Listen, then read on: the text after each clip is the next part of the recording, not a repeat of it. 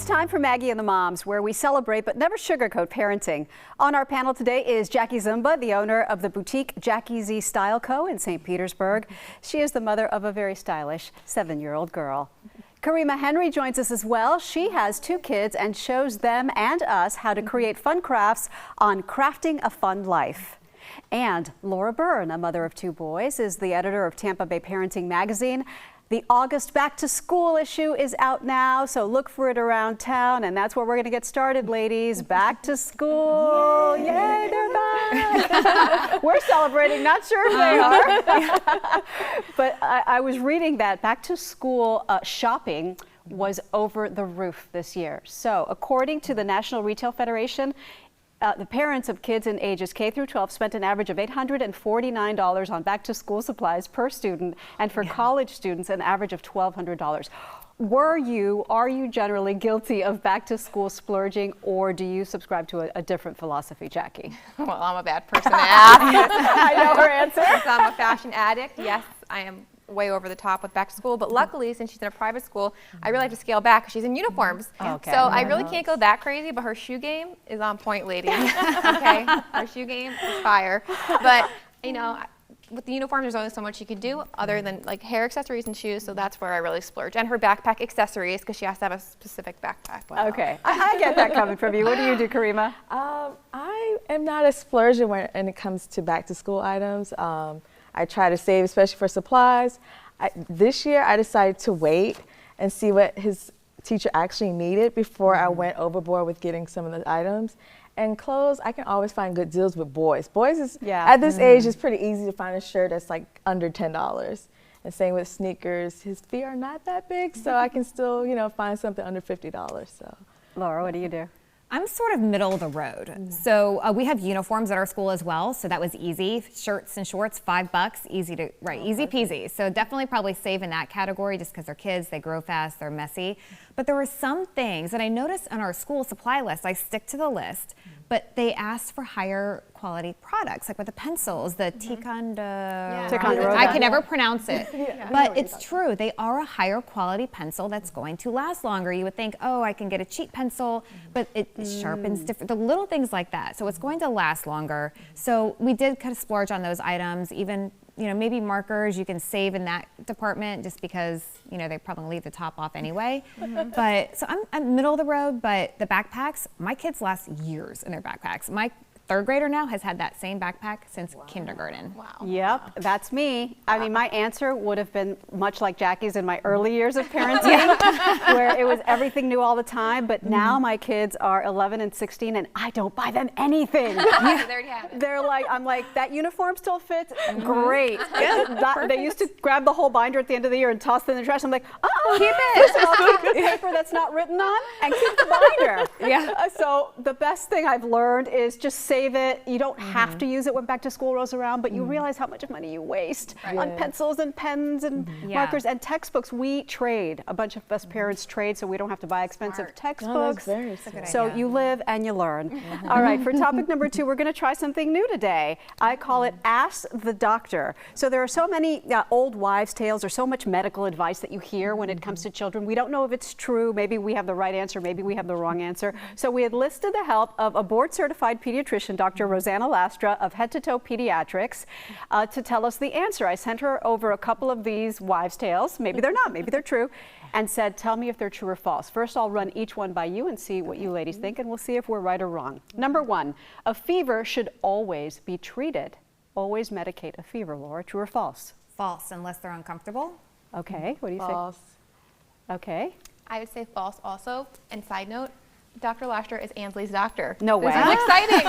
Seriously? She is her doctor. Wow. Yes. See, I would have said true to that one because as soon as my kid's temperature hits 101, I'm bringing out the Tylenol. So we asked Dr. Rosana Lastra, Dr. Lastra, a fever should always be treated, true or false? This is false. Not all fevers need to be medicated. And what I like to tell my families is to look at how their child is acting and what they're doing. If they're playful, running around, eating and drinking, and otherwise seem undisturbed by the fever, that may not be a fever that needs to be medicated. However, if the child is grumpy, not feeling well, not wanting to eat or drink, this should probably be a fever that is medicated. There you go. So you were all correct. Number 2, starve a fever, feed a cold. I have heard this one so much. What do you say, Jackie? I think true, because my mom always said that. I Okay. definitely remember hearing that very often growing up, so I'm going to go true. Karima? I think it's false. I think my kids are gonna eat no matter what. Okay. So I'm going with false. Laura? You know, that's a tough one. I'm going to say false though, because I feel like your body, when you're sick, needs the nutrients Yeah. and the. Because I have heard this so often, don't necessarily starve a fever, but if they're not hungry and they have a fever, I'm like, oh, it's okay to starve a fever, so I don't. So let's see. Dr. Lastra, starve a fever, feed a cold, true or false? Answer is false. You actually want to feed both a cold and a fever because during these times, kids are ill and their immune system is working extra hard to help them fight the infection. And when the immune system is working hard, we want to make sure that we're providing it with the energy that it needs. All right, so you two are on point so far. All right, number 3, an apple a day keeps the doctor away. Do you think that's true, Laura? I say that to my kids every day, so I'm just going to say true. I make them eat an apple a day. Okay, what do you say? I think it's true as well. Plus, my kids love apples, so Yeah. it kind of helps. Easy snack. Easy snack, maybe with peanut butter too. Okay, ooh, good one. I think it's false, but I think it is great for a child to have an apple a day because it's great to get the nutrient-rich and Yeah. the fibers and everything, but I don't think that's necessarily true. I'm with Jackie, so I say I don't think it's literally true. I don't Yeah. think you Of have to course, eat an yeah. apple a day to keep the doctor away, but it's certainly a great idea. Dr. Lastra, an apple a day keeps the doctor away, true or false? This is true. And it does sound very cliche. And it's not that apples have a magical power to them. The reason is that people who eat an apple a day are more likely to have other healthy habits, such as eating other healthy, nutritious foods, exercising, getting good sleep. So, if you make sure that your child is having these healthy daily habits, you'll make sure to keep the doctor away. That's very logical. All right, let's go to our next one. Oh, I like this one. The 5-second rule applies when eating something that has fallen on the floor. If it's just fallen on the floor for 5 seconds, Jackie, is it okay to eat? No, this is so false. This is like grosses me out. Anytime I hear or see or anybody that does this, I'm like, no, like just not even not even close to the floor, throw it away. No, please Karima. no. I am with you, but unfortunately, my toddler does not care. He would get on the ground like he's our dog Milo, and I'm just like, you know what? I don't know what to do about this.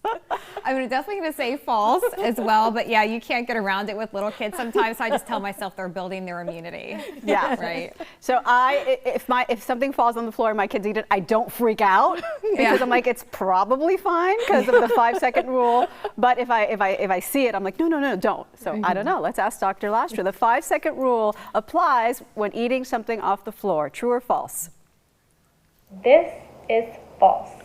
Although I'm sure kids have eaten many things that have fallen on the floor. But the reason that this is false is because no matter how long a food has been on the floor, even if it's only been a second, bacteria can still get on that food item. And although not all of bacteria can make kids sick, there's some bacteria that can make kids very sick.